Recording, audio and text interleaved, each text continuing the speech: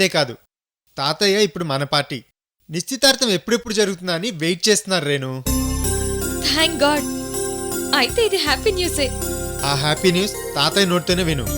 తాతయ్య, రేణుక లైన్లో ఉంది, మాట్లాడండి.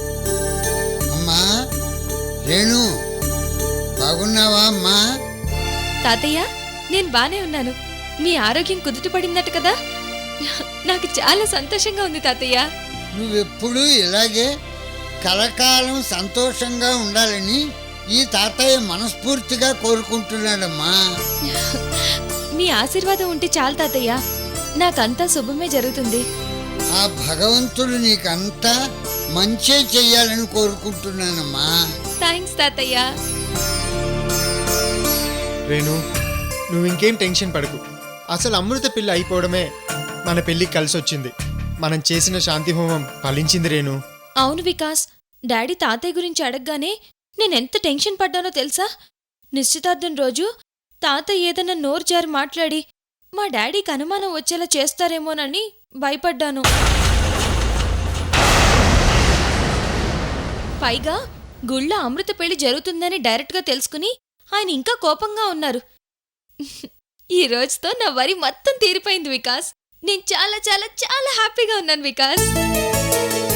Okay Vikas, bye. Bye Renu.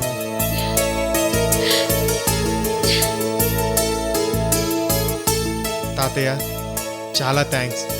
ఈ సపోర్ట్ మీరు నాకు ఆ రోజే ఇచ్చుంటే నా పెళ్ళికి ఇన్ని టెస్టులు ఉండేవి కావు. రే వెర్రి నాగన్నా, మన జీవితం మన చేతుల్లో ఉండదురా. మనని నడిపించే సూత్రధారి పైన ఒకడున్నాడు, అంతా వాడి చేతుల్లో ఉంది. కానీ నా పెళ్ళి మాత్రం మీ చేతుల్లోనే ఉంది. సరే, బాయ్ తాతయ్య.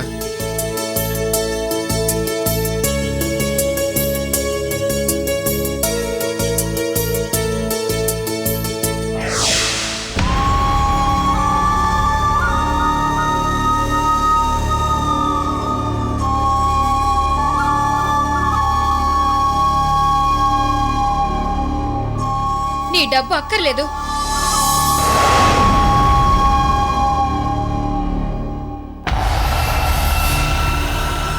నీ డబ్బులే కాదు, ఈ రోజు నుంచి నీకు నాకు ఎలాంటి సంబంధం లేదు.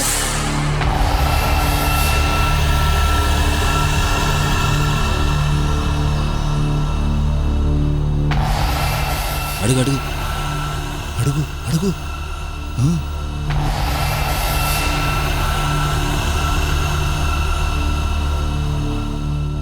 బాయ్. ఏంట్రా? వదినకు డబ్బిస్తానని హాస్పిటల్కి వెళ్ళి మళ్ళీ డబ్బుతో తిరిగొచ్చారేంటి బాయ్?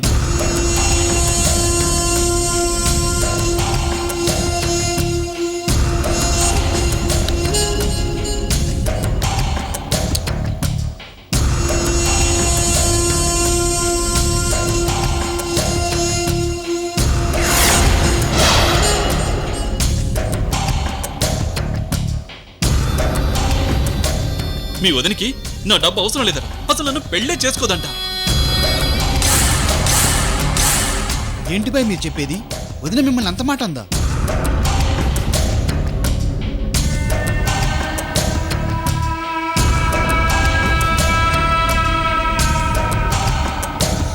రే బాలు. ఏంటి బాయ్? అన్నదెవర్రా? వదిన. వదిన అంటే నా డార్లింగ్ రా. తనకు నన్నే హక్కు ఉందిరా. లేదు బాయ్, మీరు వదిన విషయంలో చాలా మెత్తగ్గా ఉంటున్నారు. నేనిప్పుడే వెళ్ళి హాస్పిటల్ మొత్తం గందరగోళం చేస్తాను. వదినకు సపోర్ట్గా ఉన్న ఆ సాగర్ గారిని ముందు చంపేస్తాను. ఆ తర్వాత వదిన ఎత్తుకొస్తాను.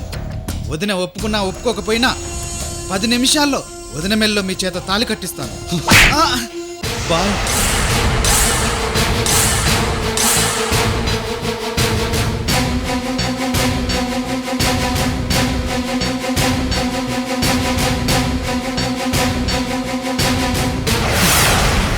రేయ్, ఈ విక్రమ్ భాయ్ దేన్ని అంత ఈజీగా ఇష్టపడడం. ఇష్టపడితే దక్కే వరకు వదిలిపెట్టడం. దొరకలేదు అని వదిలిపెట్టి కాంప్రమైజ్ అవ్వమంటావా? కాంప్రమైజ్ అవ్వమంటారా? అది ఈ విక్రమ్ భాయ్ క్యారెక్టర్ కాదు. అది ఈ విక్రమ్ భాయ్ క్యారెక్టర్ కాదు. కత్తి దిగితే కాంప్రమైజ్ అవ్వదు, రక్తం తాగుతుంది. బుల్లెట్ని వదిలిపెడితే అది కాంప్రమైజ్ అవ్వదు, బాడీని చీల్చి చెండాడుతుంది. ఈ విక్రమ్ భాయ్ కూడా అంతే, రాజీ పడడు. సుపారీ తీసుకుని ఏ రోజైనా చంపకుండా వదిలేశామా? ఫెయిల్ అయ్యామా? రేయ్, కత్తి గన్ను ఉపయోగించకుండా నా డార్లింగ్ ని పెళ్లి చేసుకోవాలనుకుంటున్నాను. కాబట్టే మనకిన్ని చిక్కులు. నా డార్లింగ్ వస్తుంది, నేను పెళ్లి చేసుకుంటాను. మళ్ళీ మన వైభవం తిరిగి వస్తుంది. అప్పటి వరకు ఓపిక పట్టు. ఒకవేళ అమృత డార్లింగ్ ని పెళ్లి చేసుకోకుండా ఈ విక్రమ్ భాయ్ రాజీ పడాల్సి వస్తే ఆ రోజే ఈ విక్రమ్ భాయ్ కి ఆఖరి రోజు అవుతుంది.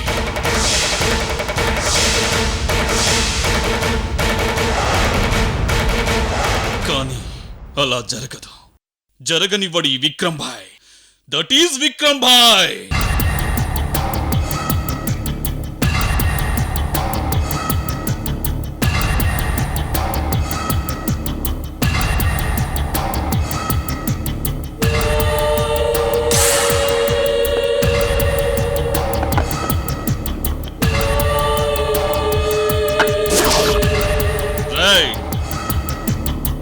ఏంటి బాయ్?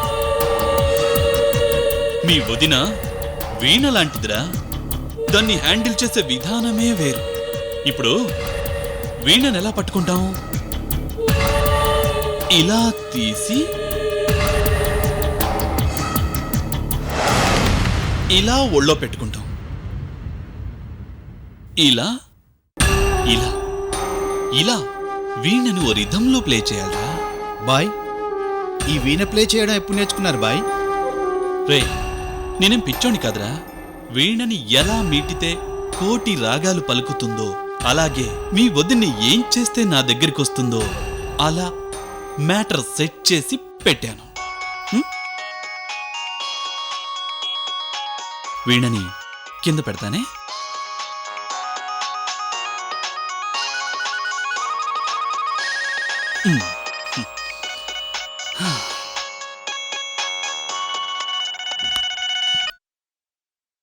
హలో, చెప్పండి. అలాగా? నిజంగా? Sure? Really? Okay, thank you, bye. రేయ్, అక్కడ హాస్పిటల్లో కృష్ణమూర్తి ట్రీట్మెంట్కి మీ వదిన ముక్కి మూలిగి ఓ 25,000 కట్టిందట. ఆ హాస్పిటల్లో బిల్లేమో గంటకి చాంతాడంత పెరిగిపోతూ ఉంటుందే. పాపం, బిల్లేమో లక్షల్లో వస్తుంది. ఎక్కడి నుంచి తెచ్చుకడుతుంది? కట్టకపోతే పేషెంట్ని నిర్దాక్షిణ్యంగా బయటికి ఇసిరేస్తారు. అప్పుడు కానీ నా డార్లింగ్కి డబ్బు విలువ, ఈ విక్రమ్ భాయ్ విలువ తెలీదు. బాయ్, వదిలికి ఇంకెవరైనా డబ్బిస్తారా? ఎవ్వరూ ఇవ్వరు, ఎక్కడా దొరకదు. డార్లింగ్, ఆవేశంలో మాట్లాడావు కానీ మీ నాన్నని బతికించుకోవాలంటే నా దగ్గరికి రావాల్సిందే. నిన్ను వదలను డార్లింగ్. భూమి గుండ్రంగా ఉంది, తిరిగి నా దగ్గరికి రావాల్సిందే. My sweet darling. అది కాదు బాయ్. రై, బాయ్ని డిస్టర్బ్ చేయకండి, పదండి.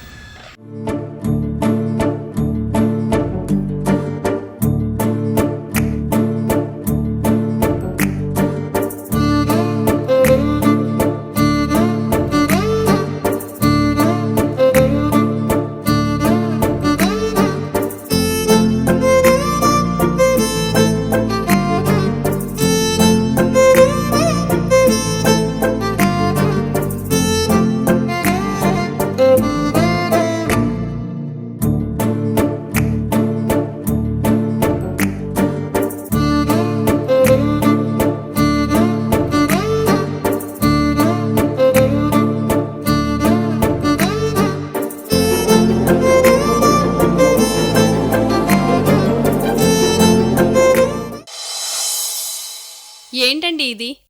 బిల్ కట్టమంటే మీరిలా మాట్లాడుతున్నారు? వినడానికి చాలా ఇబ్బందిగా ఉంది. ఎమర్జెన్సీ వార్డ్ నుండి ఐసీయూకి షిఫ్ట్ చేశాం.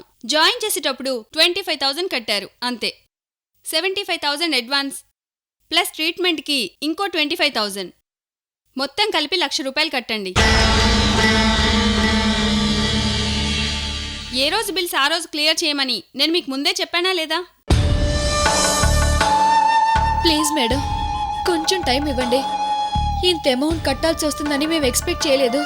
జాయిన్ చేసే ముందు డబ్బుల గురించి ఆలోచించుకోవాలి కదా. మీ ఏర్పాట్లేవో మీరు చూసుకోవాలి కదా.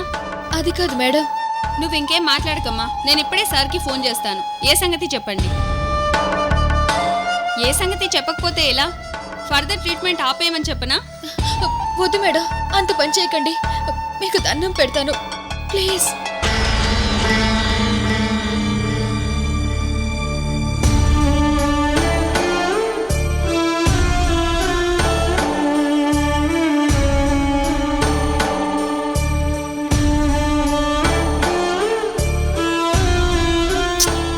ఏంటో. సరేనండి, సాయంత్రంలోపు మీరు మొత్తం అమౌంట్ క్లియర్ చేయండి. మీకు ఇదే last chance. Thank you madam, thank you very much.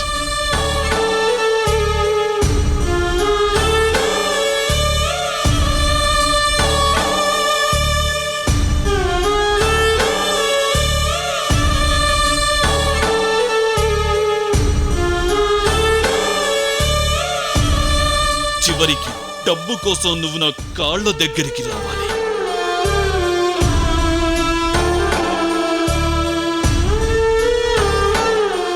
బిల్లుకి ₹1 తక్కువైతే శవాన్ని కూడా ఇవ్వరు.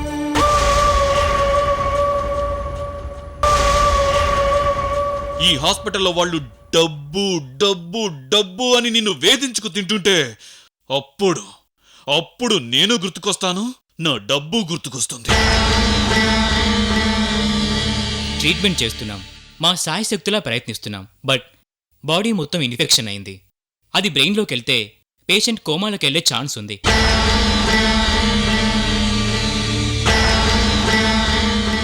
ఒకవేళ మీరు మా ట్రీట్మెంట్ ఎక్స్పెన్సివ్గా ఫీల్ అయి భరించలేము అనుకుంటే ఇంతవరకు మేం చేసిన టెస్టులకు ట్రీట్మెంట్కు అమౌంట్ కట్టి పేషెంట్ను తీసుకెళ్ళొచ్చు.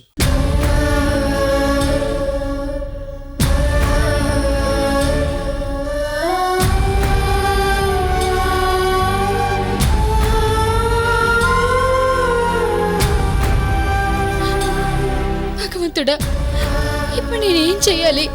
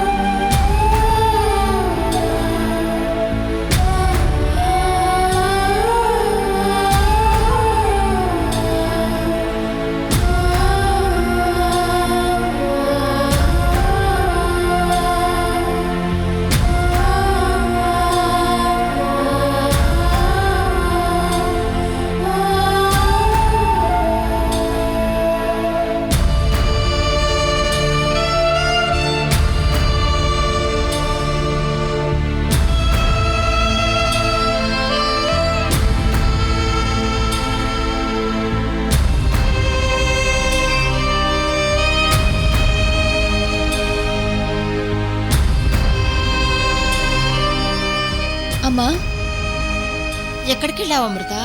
డాక్టర్లు వచ్చారు, మీ నాన్నగారిని చెక్ చేస్తున్నారు.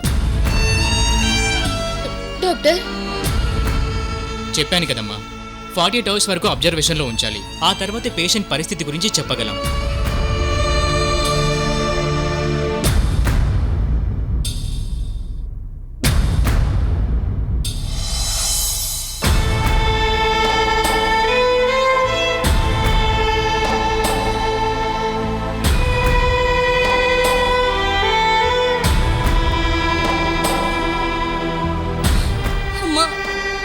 ఎలా ఉందమ్మా? అక్క, ఊరుకో నందిని.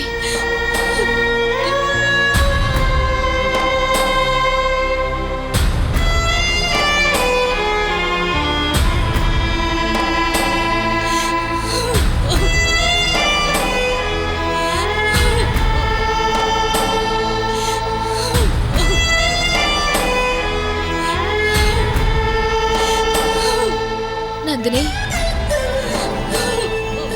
ఏడవకురా, నాన్నకేం కాదు.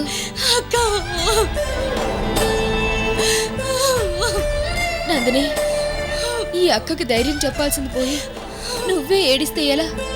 కళ్ళు తుడుచుకో. ఏడుగుకు నందిని. అమ్మా, నువ్వు ఇలా రా. నువ్వు కాసేపు ఇలా ప్రశాంతంగా కూర్చో.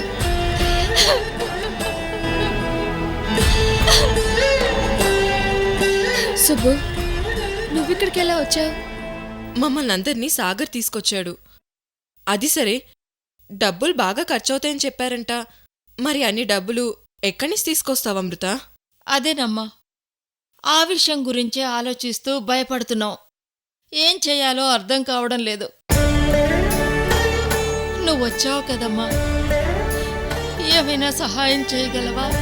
ఆంటీ, నా దగ్గర డబ్బులుంటే, డబ్బులు సంపాదించగల శక్తే ఉండుంటే అమృతకిన్ని కష్టాలు ఉండేవి కావు. మా అన్న వదులు నాకు చాలా కష్టం మీద పాకెట్ మనీ ఇస్తారు. ₹1 ఎక్కువ అడిగినా అది అమృత కోసమే ఖర్చు చేస్తానని వాళ్ళ అనుమానం. అందుకే ఇవ్వరు. అసలు అమృత విషయాలు ఏవి ఇంట్లో మాట్లాడనివ్వరు. హాస్పిటల్కి రావడానికే 100 అబద్ధాలు చెప్పి రావాల్సి వచ్చింది. ఇక డబ్బుల సంగతి అడగాల్సిన అవసరమే లేదు. ఆ విషయం అమృతకు కూడా తెలుసా ఆంటీ? ఇంకా వెంగయ్యని అడిగినా వేస్ట్. సారీ ఆంటీ, నేను ఎలాంటి సహాయం చేయలేను.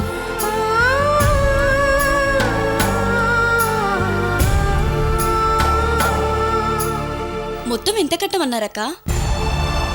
చాలా డబ్బులు కావాలి నందిని. ఇప్పటికే సాగర్ 25,000 దాకా కట్టాడు.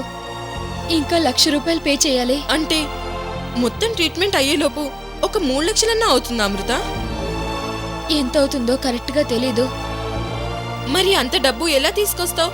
ఏమైనా ఆలోచించావా? ఎలాగైనా తీసుకొచ్చి కట్టాలి సుబ్బు. లేకపోతే నాన్న మనకి దక్కరు. అంత డబ్బు ఒక్కసారిగా ఎవరిస్తారు అమృత? విక్రమ్ ఇస్తానన్నాడు సుబ్బు.